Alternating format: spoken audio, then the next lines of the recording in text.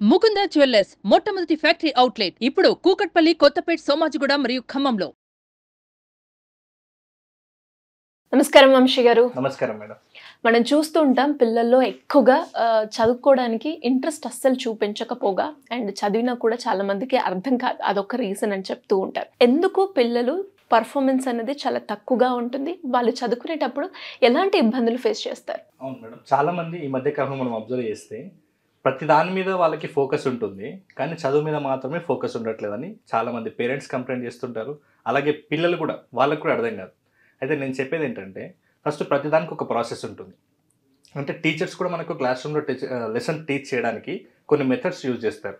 అంటే teaching methods. Teachers ఎలాగైతే teaching మెథడ్స్ని use చేస్తున్నారో, స్టూడెంట్స్ కూడా నేర్చుకోవడానికి కొన్ని లెర్నింగ్ మెథడ్స్ని అప్లై చేయాలి. అయితే చాలామంది స్టూడెంట్స్కి ఈ మధ్య కాలంలో అయితే స్టూడెంట్ నేర్చుకోవడానికి ఎలాంటి మెథడ్స్ ఉంటాయనేది కనీసం వాళ్ళకి అవేర్నెస్ లేదు. అలాంటి అవేర్నెస్ కల్పిస్తే వాళ్ళకు కూడా చదువు మీద ఇంట్రెస్ట్ పెడుతుంది. ఇప్పుడు ఫర్ ఎగ్జాంపుల్, ఎందుకు మొబైల్కి ఈజీగా అట్రాక్ట్ అవుతారు, ఎందుకు స్టడీస్కి దూరంగా పోతారంటే, మొబైల్ వాడకంలో దాని యొక్క యాక్సెస్ అనేది చాలా ఈజీగా ఉంటుంది. కానీ స్టడీ విషయానికి వస్తే నేర్చుకున్నది అంత తొందరగా గుర్తుంటే వాళ్ళకు కూడా స్టడీస్ని ఎంజాయ్ చేసేవాళ్ళు. కానీ దాని యాక్సెస్ అంత బాగా లేదు. అంటే దాని యాక్సెస్ లేదు ఇన్ ద సెన్స్, వాళ్ళకి ఎలా చదవాలి, ఎలా గుర్తుపెట్టుకోవాలన్న మెథడ్ వాళ్ళకి తెలియదు. సో ఫస్ట్ ఆఫ్ ఆల్, చాలా మంది స్టూడెంట్స్ ఎదుర్కొంటున్న సమస్యల్లో ఒక 5 సమస్యల గురించి మనం ఈ వీడియోలో డిస్కస్ చేద్దాం మేడం. ఫస్ట్ వన్ వచ్చేసి, పిల్లలకి ఫోకస్ తగ్గింది. ఫోకస్ తగ్గింది వల్ల వాళ్ళు స్టడీస్ మీద ఫోకస్ చేస్తలేరు. మరి ఫోకస్ తగ్గడానికి మెయిన్ రీజన్ అంటే చాలా చెప్పొచ్చు. ముఖ్యంగా అయితే మొబైల్ అనే చెప్పొచ్చు. మొబైల్, లేకపోతే వివిధ రకాల డిస్ట్రాక్షన్స్. ఇప్పుడు చూడండి మేడం, మన సోషల్ మీడియా మనం ఒకసారి ఓపెన్ చేసినట్లయితే ఎన్నో రకాల సమాచారాలు ఉంటాయి. అంటే దాంట్లో కొన్ని మనకు పనికొచ్చేవి ఉంటాయి, కొన్ని మనకు పనికిరాని ఉంటాయి. అయితే ఇలా వీళ్ళు కంటిన్యూస్గా దీన్ని స్క్రోల్ చేస్తూ చేస్తూ చేస్తూ చేస్తూ ఉండడం వల్ల వాళ్ళ బ్రెయిన్లో ఏది రైట్ ఏది రాంగ్ అనే డిసిషన్ వాళ్ళు తీసుకోలేరు. అంటే వాళ్ళకి ఎలా ఉంటుందంటే, వాళ్ళ మెమొరీ అనేది ఓవర్లోడ్ అయిపోతుంది. మంచి చెడు రెండు మిక్స్ అయ్యే వల్ల. దీన్ని డిజిటల్ డెల్యూజ్ అంటారు. దీనివల్ల ఏమవుతుందంటే, పిల్లలు ఎంతసేపటికి ఏదైతే డిస్ట్రాక్షన్స్ ఉన్నారో దాన్ని రిపీటెడ్గా, అంటే స్క్రోల్ చేస్తూ చేస్తూ చేస్తూ దాదాపు ఒక 5-10 కిలోమీటర్లు పోతుంటారు. అంటే నేనేమంటున్నా అంటే, ఫోకస్ తగ్గడానికి డిస్ట్రాక్షన్స్ని చాలామంది దానికి రీజన్. కాబట్టి మీకు ఫోకస్ పెరగాలి అంటే ఫస్ట్ మీ చుట్టూ ఉన్న డిస్ట్రాక్షన్స్ని తగ్గించుకోవాలి. డిస్ట్రాక్షన్స్ తగ్గించుకోవాలి. ఇప్పుడు మనము స్టడీస్ మీద ఫోకస్ చేయాలంటే డిస్ట్రాక్షన్స్ తగ్గించినప్పుడే మనకు ఖాళీ టైం దొరుకుతుంది. ఆ ఖాళీ టైంలోనే స్టడీస్ మీద ఫోకస్ చేస్తారు. కాబట్టి main reason, first students focus తగ్గడానికి వీలైనంతగా డిస్ట్రాక్షన్స్ని దూరం పెట్టండి. ఆ డిస్ట్రాక్షన్ ఎప్పుడైతే దూరం అవుతుందో స్టడీస్కి దగ్గర అవుతారు. నెక్స్ట్ సెకండ్ వన్ వచ్చేసి, చాలామంది విద్యార్థులు మల్టీ టాస్కింగ్ చేస్తుంటారు. మల్టీ టాస్కింగ్ అంటే ఏంటంటే, ఒకటే పని, అంటే ఏదైతే వాళ్ళు చేయాలనుకుంటారో ఆ ఒకే పని మీద ఫోకస్ పెట్టకుండా రెండు పనులు చేస్తుంటారు. కొంతమంది మొబైల్ చూస్తూ చదవడం, మొబైల్ చూస్తూ రాయడం, టీవీ చూస్తూ చదవడం, ఇట్లాంటి వర్క్స్ చేస్తుంటారు. ఇలా మల్టీ టాస్కింగ్ చేయడం వల్ల ఏమవుతుందంటే, మన బ్రెయిన్లో ప్రీపోర్టల్ కార్టెక్స్ అని ఒక పార్ట్ ఉంటుంది. ఆ బ్రెయిన్ ఒత్తిడికి గురవుతుంది. ఒత్తిడికి గురైనప్పుడు నువ్వు చేసే పని మీద ఫోకస్ ఉండదు. నువ్వు ఫైనల్గా ఎండ్ రిజల్ట్ చూసుకుంటే నువ్వు దేని మీద కూడా సరిగ్గా ఫోకస్ చేయలేకపోతావు. కాబట్టి ప్రతి ఒక్క విద్యార్థి కూడా మల్టీ టాస్కింగ్ అనేది ఆపాలి. మల్టీ టాస్కింగ్ ఆపినప్పుడే నీ ఫోకస్, అంటే దేని మీద చేయగలుగుతున్నావు, ఫోకస్ పెరుగుతుంది. దాని మీద నీకు ఆటోమేటిక్గా చదవాలనే ఆ కాన్సన్ట్రేషన్ కూడా పెరుగుతుంది. మల్టీ టాస్కింగ్ చేయడం వల్లనే చాలామంది చదివాము కానీ తర్వాత చూస్తే మర్చిపోతున్నాం అంటారు. ఎందుకంటే అక్కడ నువ్వు కంప్లీట్గా కాన్సన్ట్రేషన్గా చదవలేదు. మల్టీ టాస్కింగ్ అనేది ఇంత ప్రమాదంగా ఉంటుంది. కాబట్టి స్టడీస్ విషయంలో మాత్రం మల్టీ టాస్కింగ్ పనికిరాదు. కాబట్టి ప్రతి ఒక్కరు కూడా జాగ్రత్తగా ఉండాలి. నెక్స్ట్ వచ్చేసి, అంటే చదువు మీద ఇంట్రెస్ట్ తగ్గిపోవడానికి చాలామంది పిల్లల్లో ఉండే ఒక మానసికమైన వ్యాధి ఏంటంటే వాయిదాలు వేయడం. అది ఈవెన్ ఎలా ఉంటుందంటే, నిద్ర లేసే అప్పటి నుంచి కంప్లీట్గా ఎగ్జామ్ వచ్చే వరకు కూడా అది పోస్ట్పోన్మెంట్ అట్లాగే కొనసాగుతూనే ఉంటుంది. ఫస్ట్ నిద్ర వచ్చినప్పుడు 5 o'clock అలారం పెట్టుకుంటారు అందరు కూడా. అంటే 5 o'clock లేద్దామని. వెంటనే 5 o'clock అలారం వచ్చినప్పుడే స్నూజ్ బటన్ నొక్కి జస్ట్ ఒక 10 minutes అని పడుకుంటే డైలీ వాళ్ళు 6 o'clock లేసేవాళ్ళు. కానీ ఆ రోజు స్నూజ్ బటన్ నొక్కడానికి లేచిన ఆ కొంత సమయం వల్ల వీళ్ళు 6 o'clock లేసేవాళ్ళు 7 o'clock లేస్తారు. అంటే దీనివల్ల చాలా టైం వేస్ట్ అవుతుంది. ఇంకొకటి, చదవాలనుకుంటారు వీళ్ళు. ఎలా ఉంటుందంటే, ఈ చదవడం ఫస్ట్ మార్నింగ్ చదువుదాం అనిపిస్తుంది. ఇప్పుడు ఎందుకులే, ఈరోజు మొత్తం టైం ఉంది కదా, ఈ మార్నింగ్ వదిలేసి మధ్యాహ్నం చదువుదాం అనిపిస్తుంది. ఆ మార్నింగ్ వదిలేస్తారు. తర్వాత మధ్యాహ్నం చదవడానికి పోతే మధ్యాహ్నం మంచిగా తింటారు, అప్పుడు నిద్ర వస్తుంది. ఇప్పుడు మధ్యాహ్నం ఇంత చదవాలని ఇంట్రెస్ట్ వస్తలేదు, నైట్ చూసుకుందాం. ఆ నైట్ వచ్చి ఆ నైట్ కాస్త మళ్ళీ రేపు మార్నింగ్ పోతుంది. ఆ మార్నింగ్ కాస్త మళ్ళీ రేపు మార్నింగ్, ఆఫ్టర్నూన్, ఈవినింగ్ ఇది రొటేషన్ అవుతుంది కంప్లీట్ గా. ఈవెన్ ఎగ్జామ్స్ అప్పుడు కూడా లాస్ట్ డే వరకు మనం పోస్ట్ పోన్ చేస్తూనే ఉంటాం. తీరా నెక్స్ట్ డే ఎగ్జామ్ అంటే ఈ రోజు నైట్ కావచ్చు, ఈవినింగ్ కావచ్చు, ఎగ్జామ్స్ ఉన్నాయి అని చదవడం స్టార్ట్ చేస్తూ ఉంటారు ఎక్కువగా మంది. అవును మేడం. అంటే వీళ్ళు ఇలా పోస్ట్ పోన్ చేయడం వల్ల ఏమైతుందంటే టైం మేనేజ్మెంట్ వాల్యూ వీళ్ళకి తెలియట్లేదు. అంటే టైం ని ఎలా మేనేజ్ చేసుకోవాలో దీని వాల్యూ తెలియట్లేదు. ఒక స్టూడెంట్ సక్సెస్ఫుల్ అవుతున్నా లేకుంటే ఫెయిల్యూర్ అవుతున్నాడా అని ఎలా డిసైడ్ చేస్తామంటే వాళ్ళ టైం ని వాళ్ళు ఎలా మేనేజ్ చేసుకుంటారు అనేది డిసైడ్ అవుతుంది. సో ఇలా వాయిదాలు వేసుకుంటూ వచ్చేసరికి ఈవెన్ 1 year లో కంప్లీట్ చేయాల్సిన సిలబస్ ని ఈవెన్ వాళ్ళు లాస్ట్ యాన్యువల్ ఎగ్జామ్స్ వచ్చినప్పుడు కూడా ఈ సిలబస్ అనేది కంప్లీట్ అవ్వదు ఎగ్జామ్స్ కి. సో ఏమవుతుందంటే ఎగ్జామ్ సిలబస్ కంప్లీట్ అవ్వలేదు, నెక్స్ట్ వాళ్ళ లోపల భయం స్టార్ట్ అవుతుంది. భయం స్టార్ట్ అయినప్పుడు యాంగ్జైటీ పెరుగుతుంది, లేకుంటే ఫియర్ పెరుగుతుంది, వాళ్ళు రాయాలనుకున్నది కూడా రాయలేకపోతారు. కాబట్టి వాళ్ళు స్టడీస్లో వాళ్ళ పర్ఫార్మెన్స్ అనేది వీక్ అయిపోతుంది. కాబట్టి వాయిదా వేసే కంటే ముందు ఇంకా చాలామంది ఎలా అవుతుంటారంటే ఎగ్జామ్స్ రేపంటే ఈరోజు నైట్ మొత్తం మేల్కొని ఉంటారు, లేదనుకుంటే నెక్స్ట్ డే మార్నింగ్ ఇంకా ఎగ్జామ్ సెంటర్ పోతుంటే బైక్ మీద వెనక కూర్చొని చదువుతుంటారు, ఆటోలో బస్సులో చదువుతుంటారు. చాలా ప్రమాదం.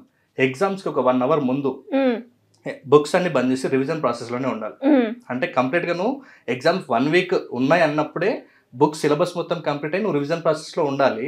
తర్వాత ఎగ్జామ్ 1 hour అన్నప్పుడు అసలు నువ్వు బుక్స్ పట్టుకోకుండా ఏదైతే మెయిన్ ఉందో దాన్ని ఒకసారి నువ్వు రిపీట్ చేసుకుని పనిలో ఉండాలి తప్పిస్తే అప్పుడు కొత్త టాపిక్స్ చదివే ధ్యాసలో ఉంటారు చాలా మంది. కాబట్టి నేను ఏమంటున్నా అంటే వాయిదాలు వేయడం తగ్గిస్తే ఎగ్జామ్ టైంలో మీరు రిలాక్స్గా ఉంటారు, మీకు టైం మేనేజ్మెంట్ వాల్యూ అర్థమైపోతుంది. అప్పుడు మీరు ఎగ్జామ్లో రాసినప్పుడు చాలా బెటర్గా ఉంటుంది. కాబట్టి చదువు మీద ఫోకస్ తగ్గిపోతుంది అంటే నువ్వు ప్రోకాస్టినేషన్ పెరిగిందని అర్థం.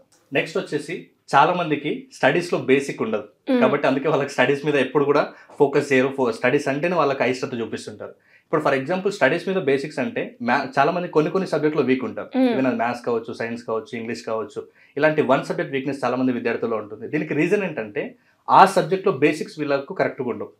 అంటే బేసిక్స్ కరెక్ట్ ఉంటే రూట్స్ బాగుంటే ఫ్రూట్స్ బాగుంటాయి. సేమ్ సబ్జెక్ట్ విషయంలో కూడా వీళ్ళు బేసిక్స్ బాగుంటే వీళ్ళ సబ్జెక్ట్ యొక్క పర్ఫార్మెన్స్ కూడా బాగుంటుంది. అంటే బేసిక్స్ ఎలా ఉంటాయంటే ఫర్ ఎగ్జాంపుల్ చాలా మందికి టేబుల్స్ వస్తుంటాయి. అరే 2 6 ఎంత అంటే అందరూ చెప్పేస్తారు 12 అని. కానీ 2 6 12 ఎందుకు అయింది 13 కదా అని అడిగితే ఆన్సర్ చేయలేరు. దీనికి ప్రాబ్లం ఏంటంటే బేసిక్స్ సరిగ్గా లేవు. చాలా మందికి 2 6 12 ఎందుకు వచ్చిందంటే 6 సార్లు యాడ్ చేస్తే 12 వచ్చిందని ఆ టేబుల్స్ యొక్క ముఖ్య ఉద్దేశం. అంటే 2 6 12 2 7 14 అంటే 7 times యాడ్ చేస్తే 14 వచ్చింది. అంటే ఇట్లాంటి చిన్న బేసిక్స్ పిల్లలకి మనం స్టార్టింగ్ నుంచి నేర్పించినప్పుడు వాళ్ళకి కూడా ఆ సబ్జెక్ట్ మీద ఇంట్రెస్ట్ పెరుగుతుంది. ఆ సబ్జెక్ట్ అంటే వాళ్ళు ఇష్టంగా ఉంటారు. ట్రూ అండి. చాలా మంది కూడా చిన్నప్పుడు అంటే రకరకాల రీజన్స్ మనం చూస్తూ ఉంటాం. ట్రాన్స్పోర్ట్ అవ్వడం కావచ్చు, సరిగ్గా ఫౌండేషన్ లేదు అని చెప్తారు. బేసిక్ అనేది చాలా ఇంపార్టెంట్. ట్రూ. అవును మేడం. ఆ బేసిక్స్ అందుకే అంటున్నాను, రూట్స్ బాగున్నప్పుడే ఫ్రూట్స్ బాగుంటాయి. కాబట్టి ఈ 1 subject వీక్నెస్ ని ఓవర్కమ్ చేయాలంటే ఫస్ట్ బేసిక్స్ బాగుంటాయి. స్టడీస్ లో చాలా మంది అంటుంటారు మా పిల్లలు చదవడంలో పూరున్నారు, రాయడంలో పూరున్నారు అంటే దానికి రీజన్ ఏంటంటే వాళ్ళు బేసిక్ లేదు. కాబట్టి ఆ రూట్ మీద ఫోకస్ చేయాలి, అప్పుడు స్టడీస్ మీద చేయాలనే ఆసక్తి పెరుగుతుంది, స్టడీస్ని ఫుల్గా ఫోకస్ చేయాలనే కాన్సన్ట్రేషన్ పెరుగుతుంది. సో నెక్స్ట్ వచ్చేసి చాలా మంది ఎందుకు స్టడీస్ మీద ఫోకస్ చేయరు అంటే వాళ్ళకి స్టడీ స్కిల్స్ ఉండవు. First poor study skills. అలాగే చాలా మంది విద్యార్థులకు మీరు అడగండి, అంటే అందరూ చదవండి అంటుంటారు, కానీ ఎలా చదవాలో ఎవరు చెప్పరు. అంటే వీళ్ళు ఎలా చదవాలంటే గ్రాస్పింగ్ పవర్ తక్కువ ఉంటుందంటారా? గ్రాస్పింగ్ పవర్ ఎవరికి కూడా తక్కువ ఉండదు మేడం, అందరికి కూడా సమానమైన పవర్సే ఉంటుంది. కానీ ఎలా వాటిని వినియోగించుకోవాలి అన్నదాన్ని బేస్ చేసి ఒకరికి ఎక్కువ ఒకరు తక్కువ యూజ్ చేసుకుంటారు. ఇప్పుడు నా దగ్గర ఒక మొబైల్ ఉంది, ఆ మొబైల్లో అన్ని ఆప్షన్స్ ఎలా వాడాలో తెలిస్తే ఆ మొబైల్ నేను 100% యూజ్ చేసుకుంటా. కానీ నాకు just green button red button రెండే తెలిసినప్పుడు ఆ ఫోన్ నాకు అంత 100%గా నేను దాన్ని వాడలేను. సేమ్ స్టూడెంట్ విషయంలో ఏం జరుగుతుందంటే వాళ్ళకి స్టడీ స్కిల్స్ ఎందుకు లేదంటే చాలా మంది విద్యార్థులకు ఎలా గుర్తుపెట్టుకోవాలో తెలియదు.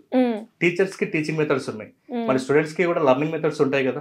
మరి లర్నింగ్ మెథడ్స్ ఎవరైనా చెప్పారా, ఎప్పుడైనా ఫోకస్ చేస్తారా వాటి మీద? సో కాబట్టి నేనేమంటున్నానంటే లర్నింగ్ మెథడ్స్ తెలుసుకున్నప్పుడు స్టడీస్ మీద ఇంట్రెస్ట్ పెరుగుతుంది. వీళ్ళకి స్టడీ స్కిల్స్ లేవు కాబట్టి ఆ లర్నింగ్ మెథడ్స్ తెలియదు కాబట్టి స్టడీస్తో ఒక భారంగా ఫాలో అవుతున్నారు. వీళ్ళకి తెలిసింది ఒకటే, అంటే చాలామంది అంటుండొచ్చు మరి ఇప్పుడు మా పిల్లలు ఇప్పటివరకు చదివారు మరి అది చదువు కదా అంటే ఒకసారి అర్థం చేసుకోండి. లాస్ట్ అంటే మీరు ఏదైతే చదివారో దాంట్లో ఒక్క పాయింట్ అడగండి. అంటే న్యూటన్ సెకండ్ లా ఏందో అడగండి ఒకసారి, పాస్కల్ లా ఏందో అడగండి ఒకసారి. అంటే అప్పట్లో ఎట్లా చదివారు అంటే జస్ట్ బట్టి విధానంలో చదివారు. అంటే అప్పటి వరకు ఆ ఎగ్జామ్లో గుర్తుంటే చాలు. ఆ ఎగ్జామ్ అయిపోయిన తర్వాత మళ్ళీ రోజు మళ్ళీ దాని గురించి ఆలోచించేసే ఆ ధ్యాస కూడా వాళ్ళకు ఉండదు. అంటే ఈ మెథడ్ని రూట్ మెథడ్ అంటారు. అంటే దీన్ని బై హార్ట్ మెథడ్ అంటారు. అంటే బట్టి ఆ బట్టి మన బ్రెయిన్కి స్ట్రెస్, దీన్ని ఇంప్లిమెంట్ చేయలేము, క్రియేటివిటీ పెరగదు, మనల్ని ఇంకా లోపలికి తీసుకెళ్తుంది.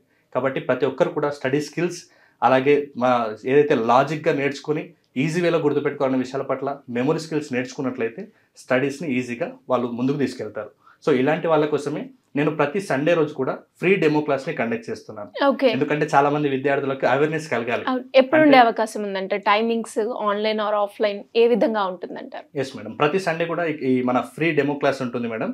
ఈ డెమో క్లాస్లో పిల్లలకు అసలు ఎలా చదవాలి, లాంగ్ ఆన్సర్స్ ఎలా గుర్తుపెట్టుకోవాలి, షార్ట్ ఆన్సర్స్ ఎలా గుర్తుపెట్టుకోవాలి, మన ఫోకస్ ఎలా ఉండాలి, మన బ్రెయిన్ పవర్ ఏంటి, ఇవన్నీ విషయాలు మనం ఫ్రీగా ప్రతి ఒక్కరికి కూడా అవేర్నెస్ కలగాలనే ఉద్దేశంతో నేను ప్రతి సండే కూడా నేను ఈ క్లాసెస్ని కండక్ట్ చేస్తున్నాను.